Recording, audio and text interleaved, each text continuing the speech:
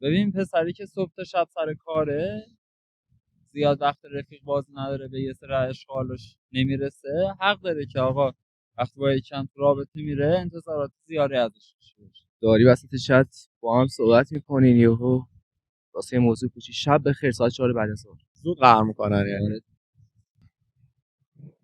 خودشون هم نمیدونن چی میخوان از زندگی یا رابطه کلا. شما چه تجربه‌ای رو نمیتونی با پارتنرت داشته باشی که میری با مثلا رفیق جنس مخالفت رفاقت میکنی؟ بچه‌ها از اون پشت گفتم، من خودم هم نظرمو بیام راجع به این سوالی که پسر رو پرسیدم برم. سلام داداش، خودتو معرفی می‌کنی؟ سلام، امین است. چند سالتونه؟ نه، مطالعهش رسید. سلام کیانوش. چند سالتونه؟ من 20 سال. من مسعود هستم، مخلص شما. من علی هستم. چند سالتونه؟ 30. علی، چند سالتونه؟ 20 سالم. رو مخترین اخلاق دخترها چیه؟ اینی که میگم پسر و پرنسش. یعنی چی، مثال میزنید؟ ببین پسری که صبح تا شب سر کاره، زیاد وقت رفیق بازی نداره، به یه سر اشغالش نمیرسه، حق داره که آقا وقتی با یکم تو رابطه میره انتظارات زیادی ازش داشته باشه. اینکه از اکسش حرف بزنه و وسط روز بگه شب بخیر. مثال میزنید؟ داری وسط چت با هم صحبت میکنین یهو واسه یه موضوع کوچی شب بخیر ساعت 4 بعد از ظهر زود قهر میکنن یعنی اینکه وسط پیام یه دفعه میگی که خب کاری نداری شبت بخیر، یا مثلا همینجوری داری جواب میدی یه دفعه دیگه آفلان میشه و دیگه اصلا کلا دیگه سین نمیزنه. خودشون هم نمیدونن چی میخوان از زندگی یا رابطه کلا. یه مثال میزنیم؟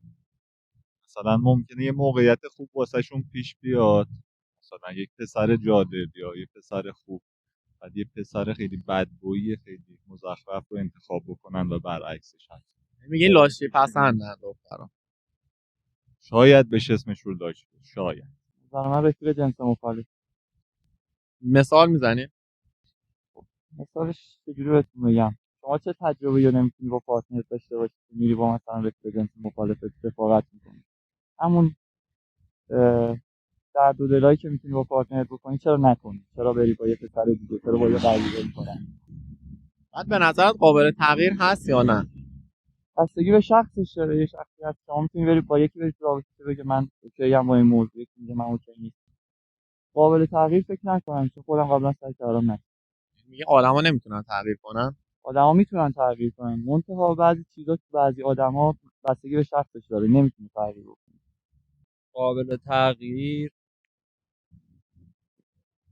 هر کسی انتظارات خودش رو داره، هر کسی نسبت به شخصیت خودش پارتنرش رو انتخاب میکنه و هر انتظاری که اون داشته باشه پارتنر باید برابر. تغییرش میدم حتما. میشه این آدما میتونن تغییر کنن. بله.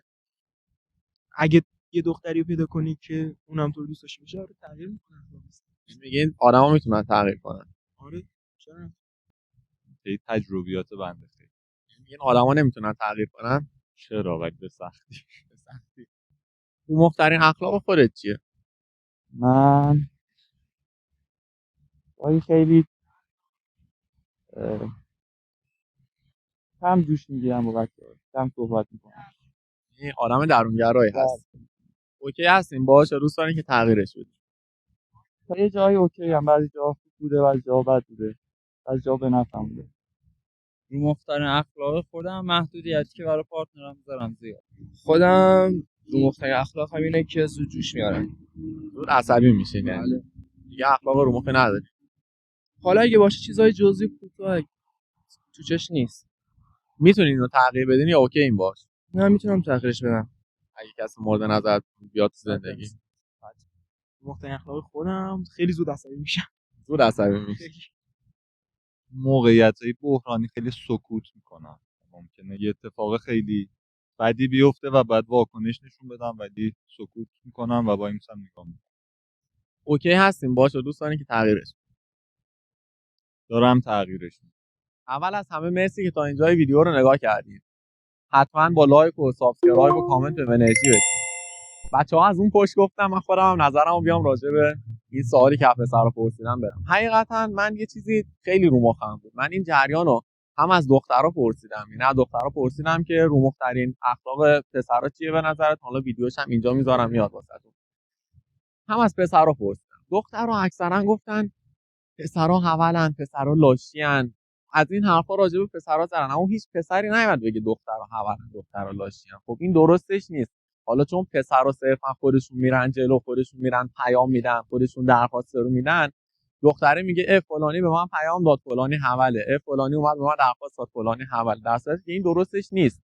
حالا چون پسرا میان جلو صرفا هر کی خوشش میاد حول نیست، و همونجور که پسر حول هست پسر خوبم هست، و همونجور که دختر خوبم هست دختر حولم هست.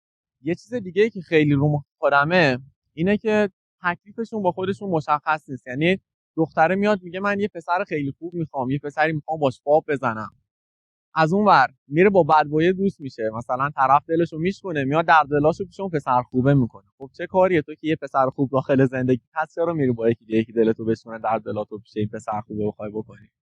اما در کل اخلاقیات دخترها، خلق و خوی آدما کلا نسبت به سنشون فرق میکنه. هر چی سن بیشتر بشه پخته تر میشه و خب این رفتار و اخلاقا با هم دیگه فرق میکنن. اما در کل مخترین اخلاقی که خودمو خیلی اذیت میکنه اینه که واقعا دخترها جنبه محبت ندارن، جنبه این که اهمیت بدی بهشون، وقت بذاری براشون. تو دوره آشنایی رو دارم میگم، یعنی قبل از اینکه وارد رابطه بشی واقعا جنبه ندارن بهشون احترام بذاری، وقت بذاری واسهشون و بهشون اهمیت بدی. چون طرف قشنگ فاز برش میداره، میگه خب این که هست، این الان با من اوکیه، منو مثلا ازم خوشش اومد و همه چیز اوکیه، بذار من برم ببینم بقیه چجوریان. میره مثلا با یکی دیگه از اون پسرایی که محل نمیده بهش خوشش میاد و با اون وارد رابطه میشه. در صورتی که اینجوری نیست. اگه صرفا یکی داره با تو خوب رفتار میکنه، خب شما باید قدر اون خوبیه رو بدونین و رفتار متقابل نشون بدین. مرسی که تا آخر ویدیو رو دیدین. امیدوارم خوشتون اومده باشه و نظرتون حتما داخل کامنت ها برام بنویسید.